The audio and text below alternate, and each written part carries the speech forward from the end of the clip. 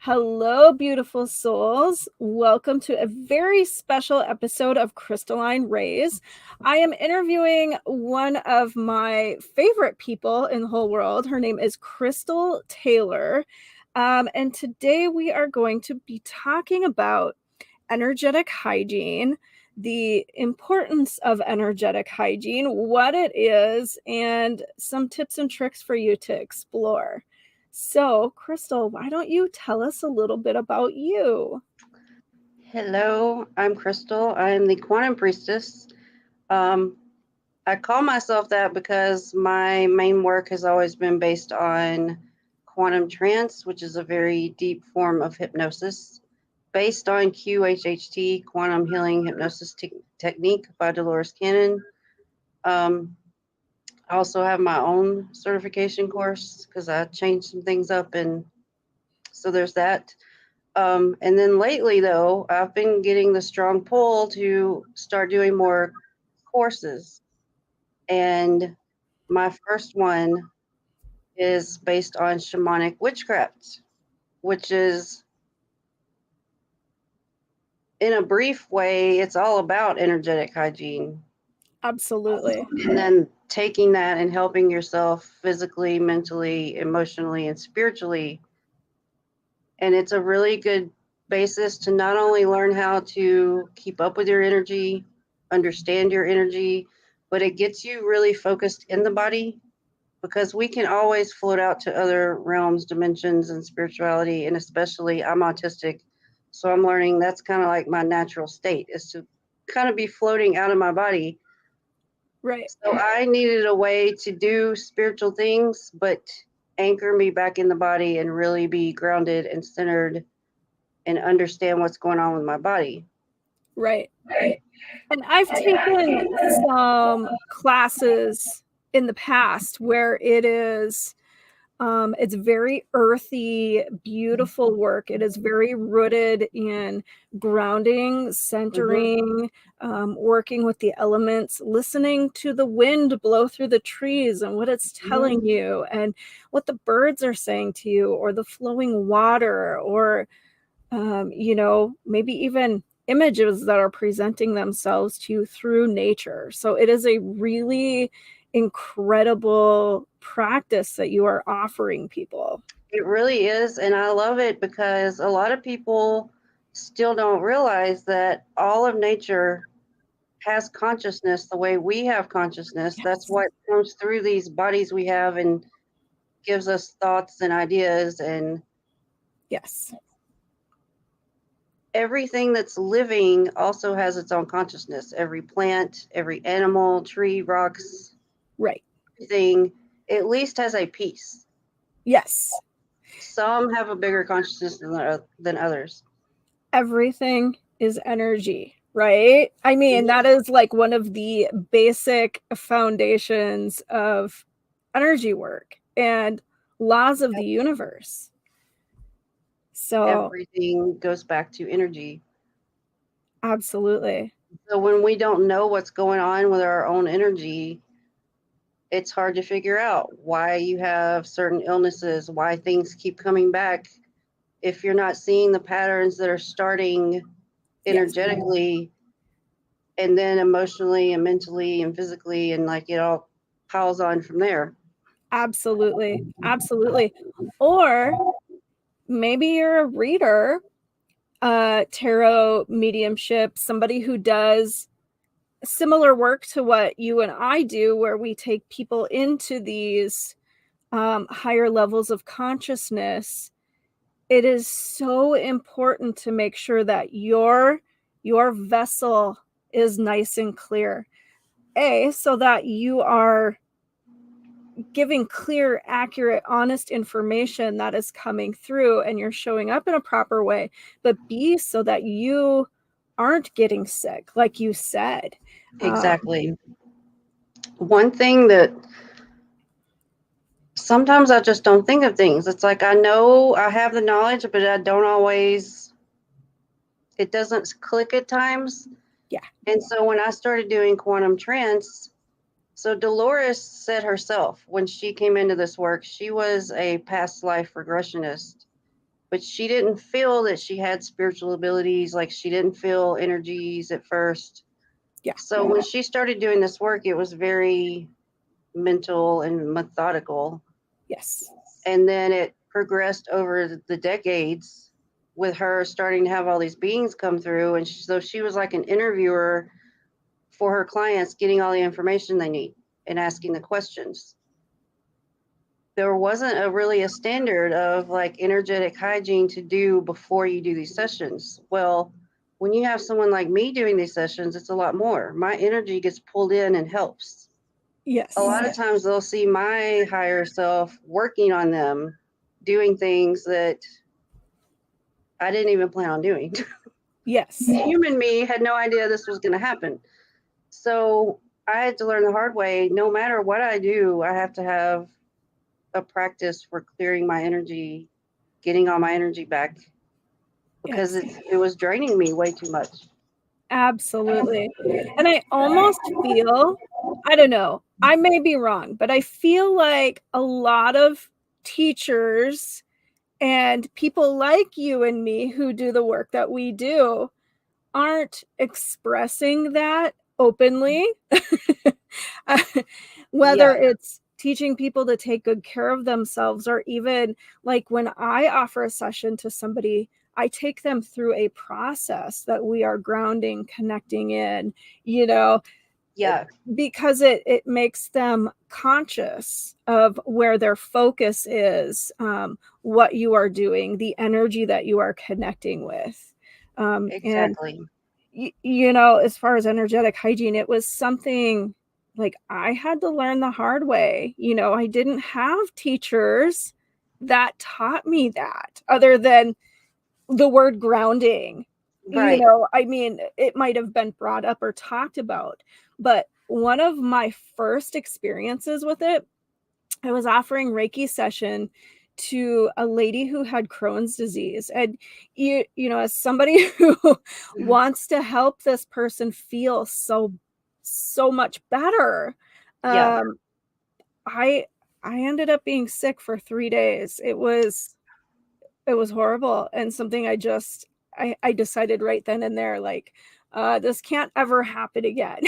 So, When I was in the very beginnings of like coming out publicly and doing anything spiritual and starting a business, I would do like oracle readings, different types of energy work, and I wasn't making sure I had a good practice then either. Like, it's like you get in this mode of feeling like yeah, badass warrior, I can do all.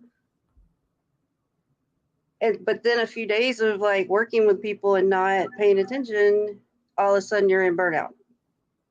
right? Well, even beyond that, you know, I've heard stories of mediumship, of people who offer mediumship, tarot readers who have never even heard of grounding, protecting, That's crazy to connecting me. with. I know um I can't even like fathom it, because I mean, I heard a story of one person in particular who may be local to me, may not be local to me. Just gonna throw that out there. But because she has never been taught this stuff, becomes very emotional in her sessions, which I Yeah, mean, that can scare people. It can turn people off. We do our work because we want to help people, right? And we want to open them up exactly. to different energies and frequencies and experiences to be the best selves that they can be. And some of that can be really scary for somebody. And especially if you get a room together where there's a lot of empaths who are not grounding and shielding, and you get all these people just feeding on each other, and then it amplifies. Now Right. everyone's extra emotional, or like everything's going really bad and out of control because Right. everyone's just feeding off all this energy. Right. So that creates what in my dowsing and geomancy work we call entity energy, right? And the more you add to that, the more it builds and builds You're and builds building, yeah, until you clear it and learn how to work with it, it's going to continue to get heavier and heavier and heavier. I've always been under the understanding, and I may be wrong, so if any viewers see this later and don't agree, please just take this for what it is. It's just my understanding. But poltergeist activity, I've always thought that that's not a conscious entity. It's a person with all this built up energy, a lot of times negative energy or heightened emotions. Yes. And they're not grounded. They may not even be aware of all the energy they're carrying. Right. And it starts manifesting outside their body Right. with all the noises and the chaos. It takes on a life of its own. Absolutely. Yeah. I will tell you that's typically what I see in my practice. Yes, often spirits can and will get your attention through different means. You and I both know that. But a lot of times when it is so chaotic and crazy and just creating a poop storm, it is because of that entity creation, that extra energy that we're feeding into. And yeah, absolutely. It can create so many issues and physiological symptoms for your body. Oh, definitely. If you're out of control with your spirituality, it can make you sick. Absolutely. Like physically ill. And this means like mind, body, soul pieces, like as far as weird, unexplainable illnesses that are happening. Mm-hmm. You know, I know fibromyalgia is a loose term. You know, they can't really pinpoint where it's going, but and it's so big in the spiritual community. Exactly. And I feel like, well, you're empathic. You're probably feeling these energies. Like I'm talking EMF, geopathic stress. Yes. I see a lot of that in my work, but I also think that the energetic hygiene piece of it plays a huge, huge role in really what you are feeling. Even just in our home, the EMF coming off all of our electronics now is huge. Right. I've been holding my cell phone at times when something comes through and it zaps the part of my body that it's facing. Yes. A painful zap. And it's like, okay, I need to turn this thing off and just let it chill and Absolutely. put a crystal on it. Absolutely. And a lot of us have the 5G phones now, right? I mean, yeah, we had no choice. They forced it on us. So 5G, the people who work on the towers for that actually have to wear hazmat suits. Yeah. And that's pretty gross. Is a huge red flag. Absolutely. Absolutely. Absolutely. It's crazy. So crazy. Yeah. So what are you seeing, Crystal, with some of these practitioners who aren't taking good energetic care of themselves? Let me tell you. So in the past, this year, I started getting really involved on TikTok. And for people who don't know, that's a whole other world. But there's so many practitioners that just get on there, or not even practitioners, just people who have found they can do energy work. And they get on there and they're throwing out all this energy work to anyone who will watch. And a lot of them are getting like violent with it, like slamming their hand into the camera like this, like throwing out energy. Wow. It's really weird because it's like, why would you need to do that? There's no need to do that unless it's just for views. But so there's all kinds of mess being slung around in social media, and you can accidentally pick up on that. Like when I see things that I don't want to be involved in, I'm already saying no. I do not accept no. Yes. Because even if I flip really quick, if I don't say that, something could get through and affect me. Because I already know I'm super sensitive to feeling energy. So sometimes I feel things I don't want to feel. Right. So I have to stay on top of that. Right. But so many people are not. And I'm curious to see how some of these people start feeling like in the coming months. Yeah. What's going to be going on with them. Absolutely. Absolutely. So Like, I call it creating personal sacred space. And I know it's unique to every person because it really should be what's called to you in order to have your daily rituals, we'll call it, right? Yeah. Your daily practices. And I like to work with colors. I, have my little bubble of light I'm calling in with my colors, and something through my teacher of shamanic practices has taught me smudging, and I smudge in each direction. And I do that like I do a lot of online clients for tarot readings, and I do that in between every reading. I'm trying to think of all the little things that I do. Sound clearing, I use. Yes. And when I go to the crystal shop for tarot readings, I don't always have my smudge pot with me. Right. So I'll use a tuning fork, and I love those. Yeah, it's an amazing tool. And when people see me do it and they ask what I'm doing, they're like, wow, never thought of that. So, but they're perfect because they send out that vibration just like a bell. I like to use a bell a lot. Yes. A lot of people think you have to have an altar to set up sacred space, which is not true at all. Right. You don't need a formal altar. You can use your coffee table. Yes. And just set out things that help you, crystals, bring in some flowers. That's what I've actually done. Now I do have like a working real altar. Yes.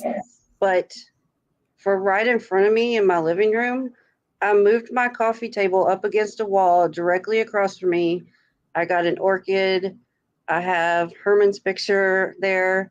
And then I have my crystal skulls set up and some other crystals. And then I have a candle I light. And so it's like nothing serious. It's just a very zen spot for me to have and focus on in front of me that helps me keep my cool and reminds me, like, if I am not doing something, I get the ping, like, you need to get up and do this. Yeah, definitely. Definitely. Absolutely. What are some other things that you might recommend for people?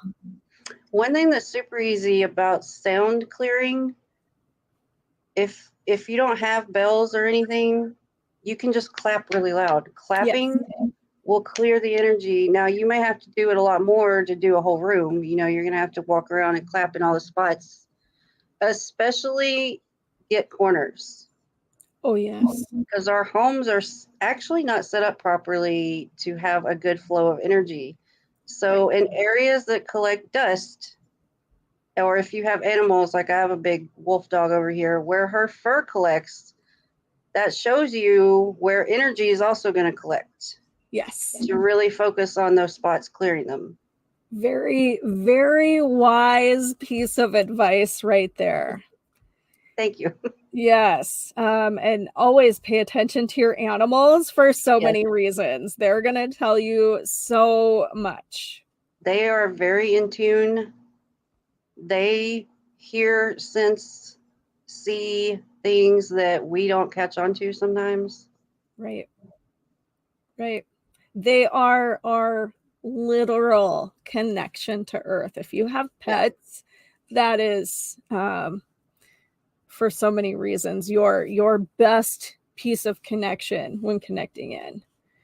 Absolutely. That's a big part in any shamanic path too, is not only working with spirit animals, but understanding like your connections with the physical animals around you. Yes. Because they do communicate, just not with human speech. Right. Right. Absolutely. Yeah, they're quite amazing. I will tell you, there's a story like with my geomancy work and clearing the energetic lines that come onto properties. There was a dog that kept running away. His people would put him outside. I don't like to call them owners because I don't feel like we own the animals, right? Like if anything, they own us. Yeah, we're the caretakers. Yeah, exactly. So he would run away, and there ended up being some geopathic stress lines that were affecting the way the energy felt in the yard when his people would leave.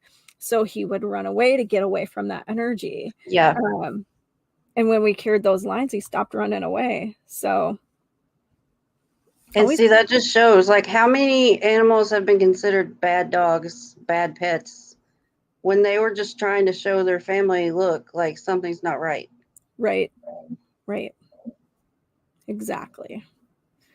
That's crazy. Yeah. So, Crystal, what do your daily rituals look like? So I like to, in the evenings, light candles on my table in front of me for myself and like my team. I call them all my guides.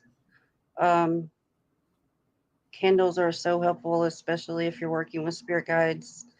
And then when the candles are going, I'm known to just start kind of zoning out to the flames, and I end up like doing a dance with the flame. And sometimes I know I'm doing it, and sometimes I don't even know. It's just kind of a way I'm like calming down my brain and not focusing on crap that doesn't matter and just relaxing. Right. That's cool. Yeah, And I'll definitely. light it up too. Like if there's something I need to do in the day and I want good energy coming in, like I did it just before this call we're doing, Yes. just to bring in the support of high vibes only for this. Absolutely. Absolutely. Yeah, I love it. Beautiful.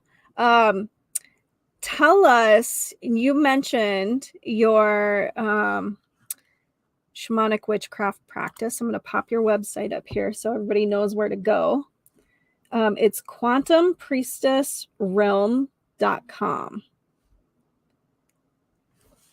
Tell us about your shamanic witchcraft class. Courses. So it's a self-paced class. There are some videos of me like with guided meditations, different things depending on what module it is. There's 7 modules of information. Every module has homework for you to go out and try all these practices and do your thing. And then I added an 8th module with just a bunch of great music that's great, like ritual music. Awesome. But I wanted to leave it self-paced and not a lot of me working with anyone, because this type of work is so personal. It is. There's really no right or wrong way to do any of it. So I want people to just take the info and then go out and use it how they want to use it and make their own thing with it. It is important to take the lesson, go out in nature and sit with it.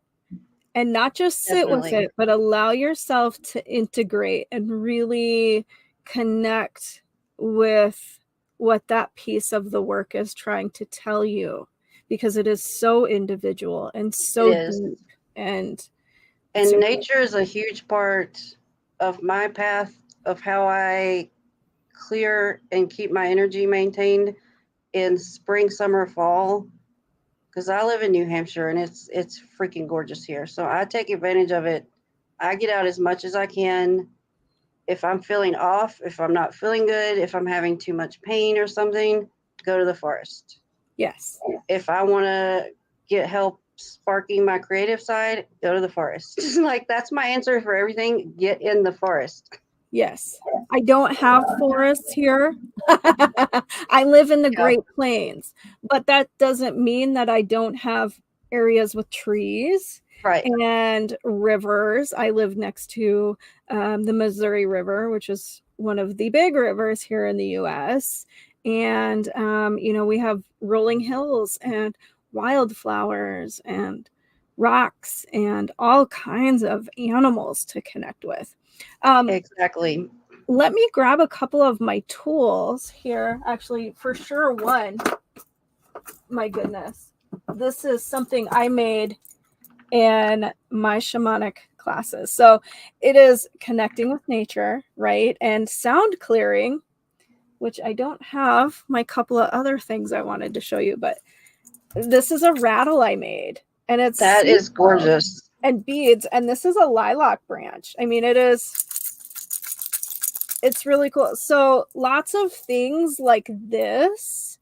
I made a medicine bag. I went to the fabric shop and I picked up I used faux leather. I just picked up something that I was drawn to, and I hand sewed the edges of my bag with intention.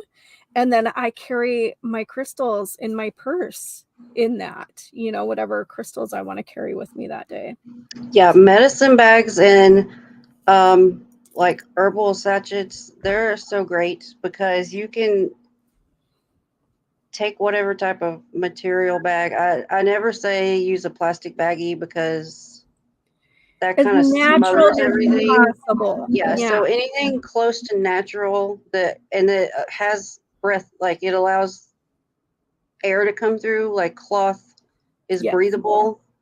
You can put your stones in there, herbs, and you can make different bags for different things. Like I've made protection mojo bags. Yes.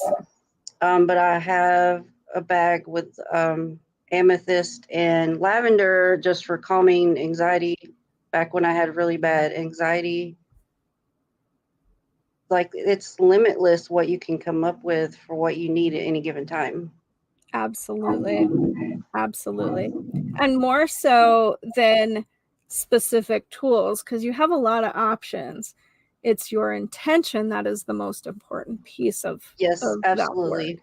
So if there was someone that just had no money at all, is in a really bad way, if they could just get out in a yard, edge of the forest somewhere, anywhere where you could just find some sticks, the rocks that are just in your area, like just natural rocks, maybe some wildflowers or even dried leaves, you can take all that and work with it. I love it. And have it work with your intention for what you need. It's all natural elements. Like it doesn't have to be glamorous. Right. Exactly. My main for this episode, I'm going to make this easy and just say my guide, Herman. That's one thing he always said to me and other people he's worked with is like, use what you have. Yes.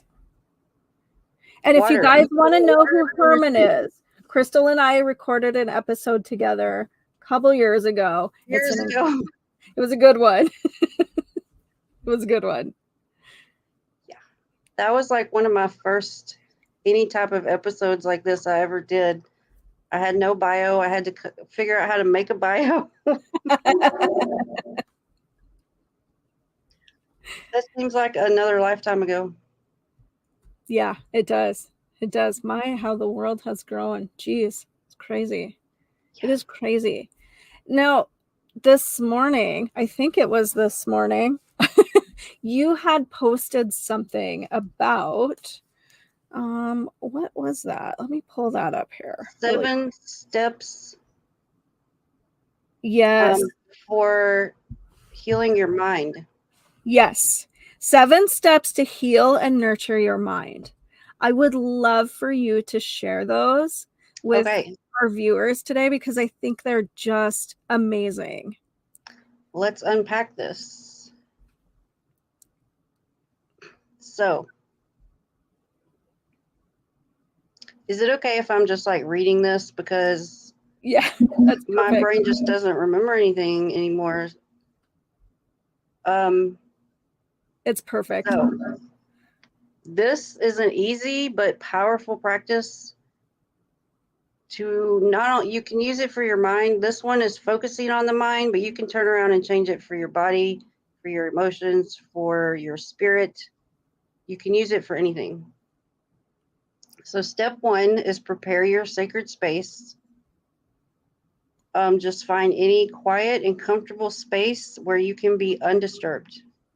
Clear the energy, however you want to do it. We talked about, you can smudge, you can light purifying incense, you can use a candle and have it be the purifying piece. Noise. sound healing, clapping, crystals, whatever you have. Yes. Step 2, so important, grounding and centering. Big So one. what we're going to do, we're going to sit or stand with your feet on the ground. You're going to take a few deep breaths.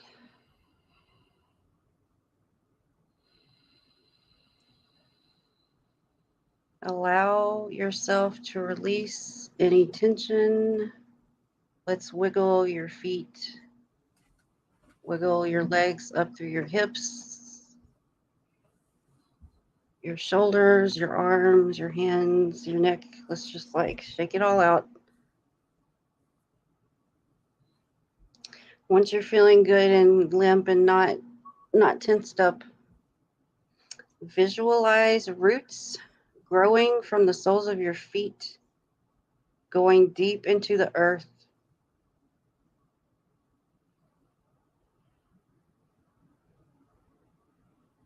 Now, I know that visualization can actually bother you if you have foot pain issues. So what you can also do, reverse it, see roots coming from deep within the earth, and instead of it going through your foot, let it wrap around your ankle and go up your leg loosely here. It's not to strangle you.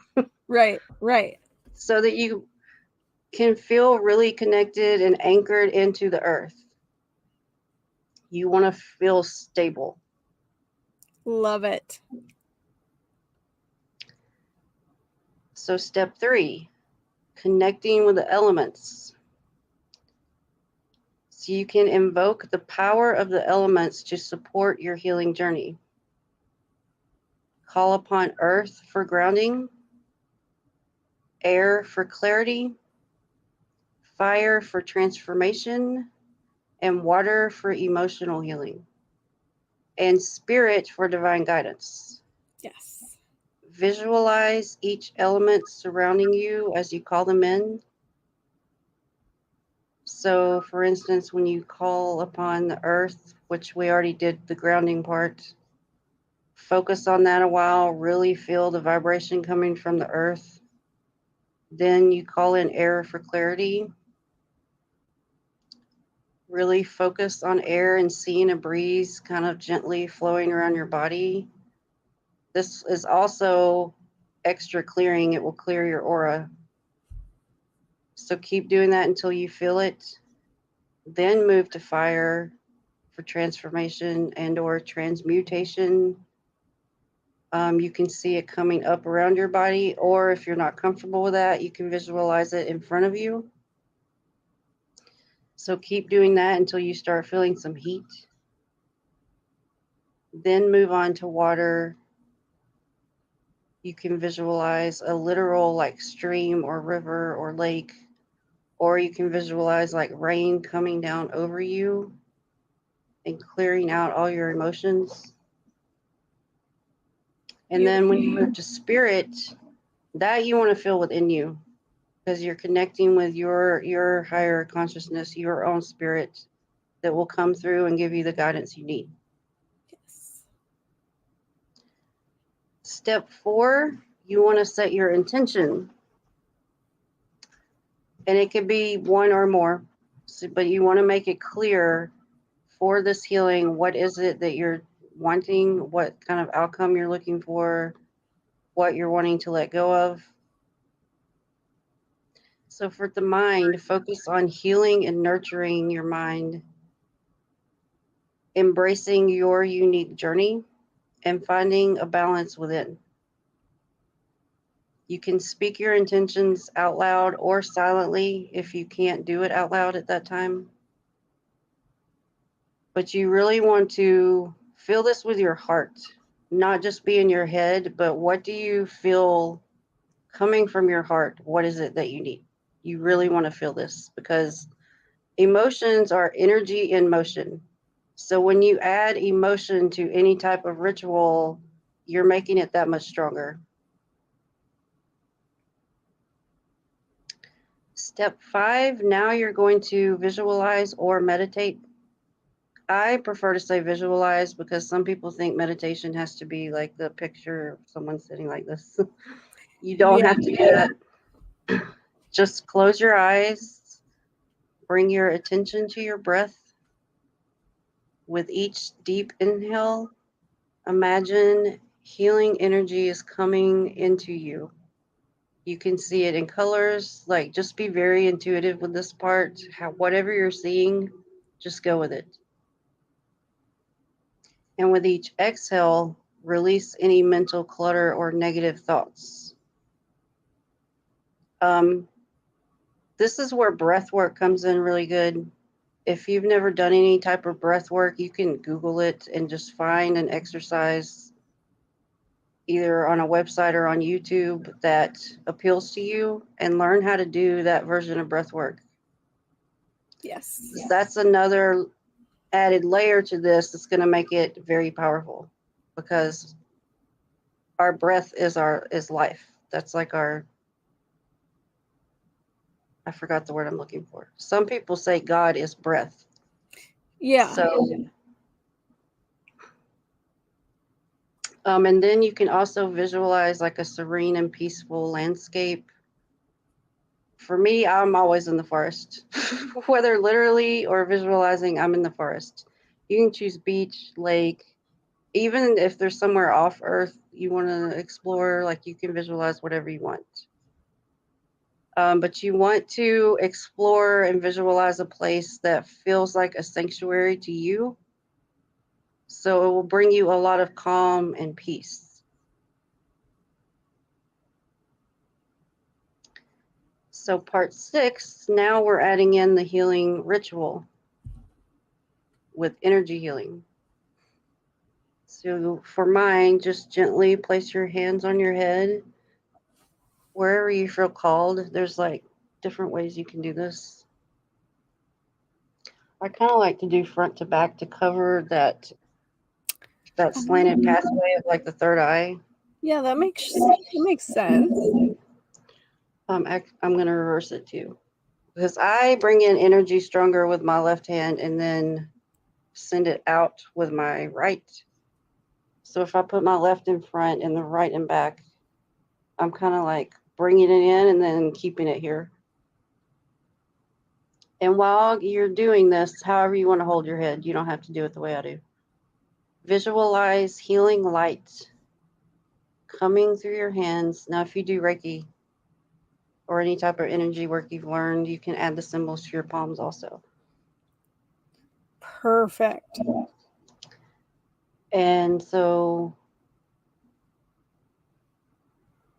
when I've done things, when I had high anxiety, I was pulled to like a calm turquoise blue, like Caribbean blue. That color is just very calming for me.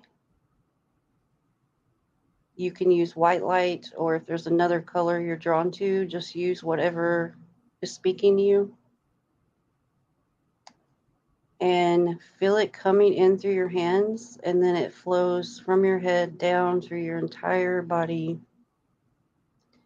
You can visualize it going through your face, down your head, down through your neck, into your chest, down through your stomach, down to your hips and down your legs. As you're doing this, affirm empowering statements such as, here's one for my neurodivergent people. I embrace my neurodivergent journey with love and acceptance. I love that. Yeah, because a lot of times we need to remind ourselves of that. Another one is, I release limiting beliefs and embrace my unique brilliance. And you can come up with any other affirmation that you want to. So you're going to do that a while until you feel this energy flowing through your whole body.